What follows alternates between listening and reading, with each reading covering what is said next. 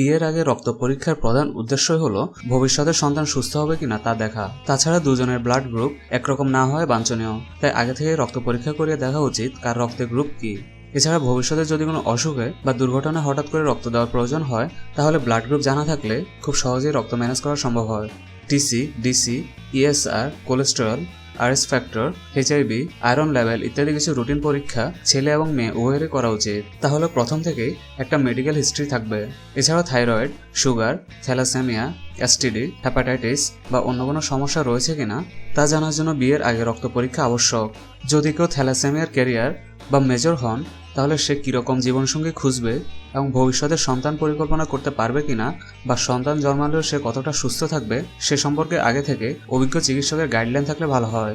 সর্বোপরি অনেকে হয়তো বংশানুক্রমিকভাবে কোনো রোগে আক্রান্ত কিন্তু কোনো লক্ষণ না থাকায় তা জানতে পারেননি। রক্ত পরীক্ষার মাধ্যমে বিয়ের আগে এসব জেনে নেওয়া প্রয়োজন। যদি পেলভিক ইনফ্ল্যামেটরি ডিজিজের মতো কোনো যৌন সমস্যা থাকে, তাহলে কিন্তু সন্তান পরিকল্পনার সময় তার টের না পাওয়া গেলেও পরে মারাত্মক জটিল সমস্যা হতে পারে। তাই কোনো রকম ইগো বা ভুল বুঝাবুঝির অবকাশ না রেখে বিয়ের আগে করিয়ে নিন প্রয়োজনীয় চেক আপ। স্বামীর ব্লাড গ্রুপ যদি পজিটিভ হয়, তাহলে স্ত্রীর ব্লাড গ্রুপও পজিটিভ হতে হবে। যদি স্বামীর ব্লাড গ্রুপ নেগেটিভ হয়, তাহলে স্ত্রীর ব্লাড গ্রুপ পজিটিভ বা নেগেটিভ যে কোনো একটি হলে চলবে। স্বামীর ব্লাড গ্রুপ যদি পজিটিভ হয়, তাহলে কোনোভাবে স্ত্রীর ব্লাড গ্রুপ নেগেটিভ হওয়া চলবে না। যদি স্ত্রীর ব্লাড গ্রুপ নেগেটিভ হয়, তাহলে স্বামীর ব্লাড গ্রুপও নেগেটিভ হতে হবে।